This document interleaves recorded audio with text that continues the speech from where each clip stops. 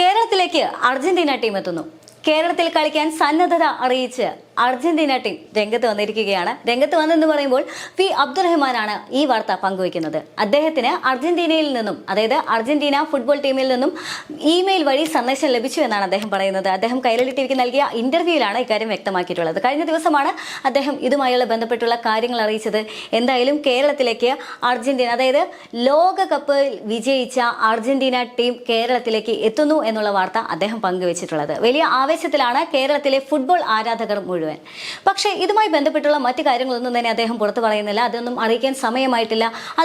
ആ കാര്യങ്ങളിലെല്ലാം തന്നെ തീരുമാനമാകണമെങ്കിൽ കുറച്ചുകൂടി സമയം കാത്തിരിക്കേണ്ടതുണ്ട്. അതായത് കേരള സർക്കാരും പിന്നെ അർജന്റീന ഫുട്ബോൾ അസോസിയേഷൻ പ്രതിനിധികളും തമ്മിൽ ഒരു കൂടിക്കാഴ്ച നടത്തേണ്ടതുണ്ട്. ആ കൂടിക്കാഴ്ചയ്ക്ക് ശേഷം മാത്രമാണ് മറ്റ് സാങ്കേതികമായിട്ടുള്ള കാര്യങ്ങളെല്ലാം തന്നെ അറിയിക്കാൻ സാധിക്കുക എന്നുകൂടി അദ്ദേഹം പറഞ്ഞു വെക്കുന്നുണ്ട്. എന്തായാലും സമയം എന്ന് പറയുന്നത്, അതായത് ഈ ടീം കേരളത്തിലേക്ക് എത്തുന്ന സമയം എന്ന് പറയുന്നത് ജൂലൈ മാസം പകുതിയോടുകൂടിയാണ്.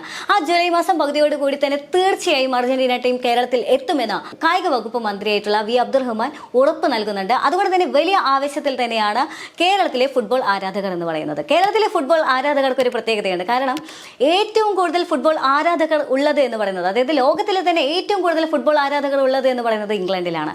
ഇംഗ്ലണ്ടിൽ ഈ ആരാധന കൊണ്ട് തന്നെ സംഘർഷങ്ങളും കലാപങ്ങളും പോലും ഉണ്ടായിട്ടുണ്ട്. അതായത് ആഭ്യന്തര തരത്തിലുള്ള സംഘർഷങ്ങളും കലാപങ്ങളും പോലും ഉണ്ടായിട്ടുണ്ട്. ആ സാഹചര്യത്തിൽ ഇംഗ്ലണ്ടിന് അപ്പുറത്തേക്ക്, അല്ലെങ്കിൽ ഇംഗ്ലണ്ടിന് ശേഷം ആരാണ് ഏറ്റവും വലിയ ഫുട്ബോൾ ആരാധകർ എന്ന് ചോദിച്ചാൽ, അല്ലെങ്കിൽ എവിടെയാണ് ഏറ്റവും കൂടുതൽ ആരാധകരുള്ളത് എന്ന് ചോദിച്ചാൽ ഒരൊറ്റ ഉത്തരമേ ഉള്ളത് ഏഷ്യയിലാണ്. ഏഷ്യയിൽ എവിടെയാണ് ഏറ്റവും കൂടുതൽ ആരാധകരുള്ളത് എന്ന് ചോദിച്ചാൽ ഒറ്റ ഉത്തരമേ ഉള്ളൂ, അത് ഇന്ത്യയിലാണ്. ഇന്ത്യയിൽ എവിടെയാണ് ഏറ്റവും കൂടുതൽ ആരാധകരുള്ളത് എന്ന് ചോദിച്ചാൽ അതിന് ഒറ്റ ഉത്തരമേ ഉള്ളൂ, അത് കേരളത്തിലാണ്. കേരളത്തിൽ ഏറ്റവും കൂടുതൽ ആരാധകരുള്ളത് എവിടെയാണെന്ന് ചോദിച്ചാൽ അതിന് ഒരേ ഒരു ഉത്തരം മലപ്പുറത്താണ്. മലപ്പുറവും കോഴിക്കോടുമാണ് ഏറ്റവും അധികം ഫുട്ബോൾ ആരാധകരുള്ള സ്ഥലം എന്ന് പറയുന്നത്. ആ കോഴിക്കോട് പുല്ലാവൂർ പുഴയിലെ കട്ടൗട്ടുകളെല്ലാം തന്നെ ലോക ശ്രദ്ധ നേടിയിട്ടുമുണ്ട്. അതായത് കഴിഞ്ഞ ലോകകപ്പ് സമയത്ത് കോഴിക്കോട് പുല്ലാവൂർ പുഴയിൽ സ്ഥാപിച്ച കട്ടൗട്ടുകളാണ് ലോക ശ്രദ്ധ ആകർഷിച്ചിട്ടുണ്ടായിരുന്നത്. ആദ്യം സ്ഥാപിച്ചത് മെസ്സിയുടെ 35 അടിയോളം ഉയരമുള്ള കട്ടൗട്ടാണ്. അതിനുശേഷം നെയ്മറിന്റെയും അതുപോലെ തന്നെ റൊണാൾഡോയുടെയും എല്ലാം തന്നെ കട്ടൗട്ടുകൾ ആ പുഴയിൽ നിറഞ്ഞു, വലിയ ശ്രദ്ധ നേടി. പക്ഷെ കേരളത്തിൽ പലപ്പോഴും കട്ടൗട്ടുകൾ നീക്കം ചെയ്യണമെന്നുള്ള വിവാദങ്ങളും കാര്യങ്ങളെല്ലാം ഉണ്ടായെങ്കിലും ഈ കട്ടൗട്ടുകൾ നേരിട്ട് ഫിഫയുടെ ട്വിറ്റർ പേജിൽ വരെ എത്തി എന്നുള്ളതാണ് ലോക ശ്രദ്ധ. അതായത് ഫിഫയുടെ ഔദ്യോഗിക ട്വിറ്റർ പേജ് വരെ കോഴിക്കോട് പുല്ലാവൂർ പുഴ എത്തി എന്ന് പറയുമ്പോൾ മനസ്സിലാക്കാം കേരളത്തിൽ എന്തുമാത്രം ആരാധകരാണ് ഫുട്ബോളിന് ഉള്ളതെന്ന്. ആ കേരളത്തിലേക്കാണ് അർജന്റീന ടീം എത്തുന്നത്, അഥവാ മെസ്സി എത്തുന്നത് എന്ന് പറയുന്നത്. മെസ്സി എന്ന വാക്ക് തന്നെ വലിയ ഓളം തന്നെയാണ് കേരളത്തിൽ ഉണ്ടാക്കാൻ പോകുന്നത്, അല്ലെങ്കിൽ ഉണ്ടാക്കുന്നത് എന്നുള്ളത് ചരിത്രവുമാണ്, അത് വാസ്തവവുമാണ്.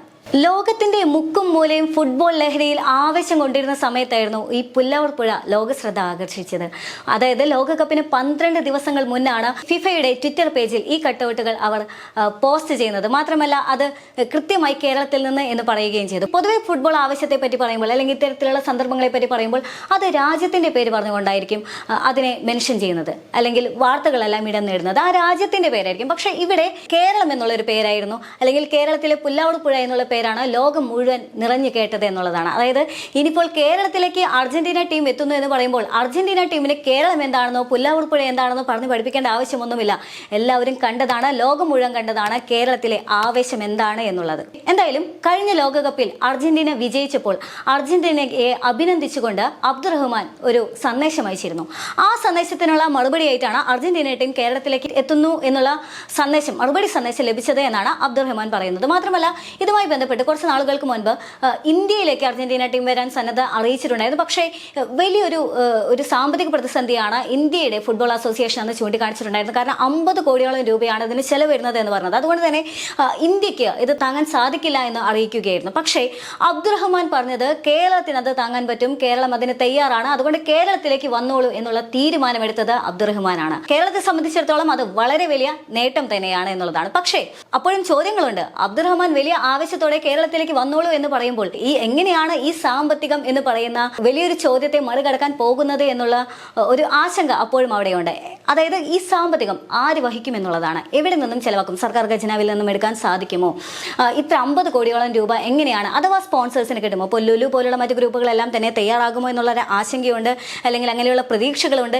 എങ്ങനെയാണ് ഈ 50 കോടി എന്നുള്ള രൂപയെ കേരളം തരണം ചെയ്യാൻ പോകുന്നത് എന്നുള്ള ചോദ്യമാണ് ഇപ്പോൾ നിൽക്കുന്നത്, മുന്നിലുള്ളത് എന്ന് പറയാം. പിന്നെ മറ്റൊരു ചോദ്യം എന്ന് പറയുന്നത്, ഇനി കേരളത്തിലേക്ക് വന്നു എന്നിരിക്കട്ടെ, കേരളത്തിലെ ഏത് ടീമായിട്ടായിരിക്കും കളിക്കുക എന്നുള്ളൊരു ചോദ്യമാണ്. അത് തീർത്തും ഫുട്ബോൾ ആരാധകർക്കും ആശങ്കയുള്ള ഒരു കാര്യമാണ്.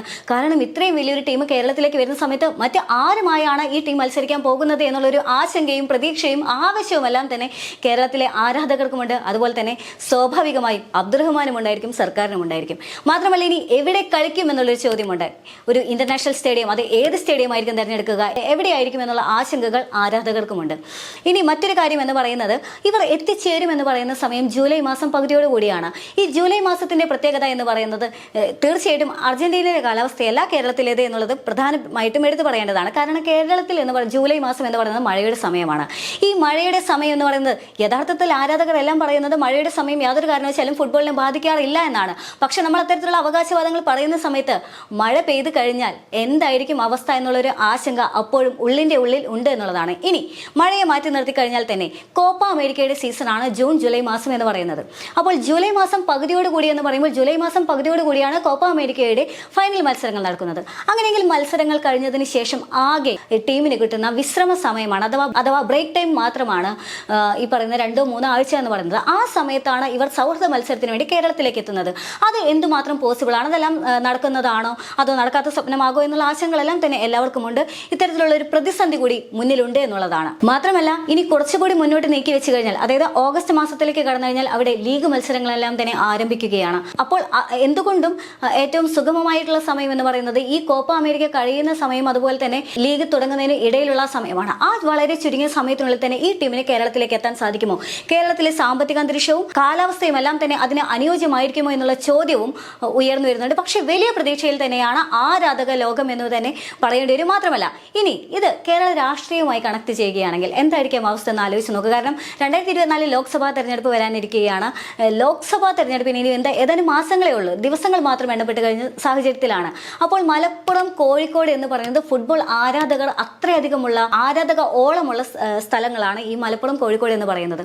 അവിടേക്ക് കേരള സർക്കാരിന് ചരിത്രത്തിൽ ആദ്യമായി മെസ്സിയെ കൊണ്ടുവരാൻ സാധിക്കുന്നു, ഒരു ലോകകപ്പിലെ ചരിത്ര വിജയം നേടിയ ടീമിൽ തന്നെ കൊണ്ടുവരാൻ സാധിക്കുന്നു എന്ന് പറയുമ്പോൾ അത് തീർച്ചയായിട്ടും തെരഞ്ഞെടുപ്പിന് സംസ്ഥാന സർക്കാരിന് അല്ലെങ്കിൽ വി അബ്ദുറഹ്മാന് അല്ലെങ്കിൽ മുഖ്യമന്ത്രിക്ക് തന്നെ വലിയ തരത്തിലുള്ള നേട്ടങ്ങൾ ഉണ്ടാക്കാൻ, പോസിറ്റീവായിട്ടുള്ള ഒരു വലിയൊരു ഓളം തന്നെ ഉണ്ടാക്കാനുള്ള സാധ്യത ഏറെയാണ് എന്നുള്ളതാണ്. മാത്രമല്ല, അത് കേരളത്തിൽ മാത്രമാണ്, ഇന്ത്യയിൽ തന്നെ കേരളത്തിലേക്ക് മാത്രം വരുന്നതെന്ന് പറയുമ്പോൾ തീർച്ചയായിട്ടും കേരളത്തെ സംബന്ധിച്ചിടത്തോളം ക്രെഡിറ്റ് ആണ്. അത് രാഷ്ട്രീയപരമായിട്ടും അങ്ങനെ തന്നെയാണ്, സാമൂഹ്യപരമായിട്ടും അങ്ങനെ തന്നെയാണ്. ഇനി മാത്രമല്ല, എപ്പോഴും കേരളത്തിന് ഒരു ചീത്തപ്പേരുണ്ട്, സ്പോർട്സിന് അത്രയധികം പ്രാധാന്യം നൽകുന്നില്ല. സ്പോർട്സ് എന്ന ഒരു കായിക ഇനങ്ങളെല്ലാം വളരെ ലാഘവത്തോടെ കാണുന്ന എന്നുള്ളൊരു ചീത്തപ്പേര് കൂടി, അല്ലെങ്കിൽ ഒരു പേര് ദോഷം കൂടി കേരളത്തിനുള്ള സാഹചര്യം കൂടിയാണ്. ആ സാഹചര്യത്തിലേക്കാണ് ഇത്ര വലിയൊരു നേട്ടം കേരളം ഉണ്ടാക്കാൻ പോകുന്നത് എന്നുള്ള തീർത്തും വലിയൊരു പ്രതീക്ഷ തന്നെ നൽകുന്നുണ്ട് എന്നുള്ളതാണ് മറ്റൊരു കാര്യം. എന്തായാലും ഈ വാർത്തയ്ക്ക് താഴെ വരുന്ന ചില ആരാധകരുടെ കമന്റ്സുകൾ വളരെയധികം ശ്രദ്ധ നേടിയിട്ടുണ്ട്. അത് കാണിക്കുന്നുണ്ട് എന്താണ് ശരിക്കും യഥാർത്ഥത്തിൽ കേരളം എങ്ങനെയാണ് ഈ ഒരു വാർത്തയെ സ്വീകരിക്കുന്നത് എന്നുള്ളത് ആ കമന്റ്സിലൂടെ തന്നെ നമുക്ക് അറിയാൻ സാധിക്കും. അത്തരത്തിലുള്ള 1-2 കമന്റ്സ് നോക്കിക്കളയാം. അർജന്റീന വരികയാണെങ്കിൽ ആരുമായിട്ടാണ് കളിക്കുക? ഇന്ത്യയുമായിട്ടാണോ? പിന്നെ അതിനുള്ള സ്റ്റേഡിയം കേരളത്തിലുണ്ടോ? കൊച്ചിയിൽ നടക്കില്ല, അവിടെ ഇന്ത്യയുടെ കളി നടത്താൻ വരെ അനുമതി കിട്ടുന്നില്ല, കണ്ടറിയാം. ഇത് ഒരു ആശങ്ക തന്നെയാണ്.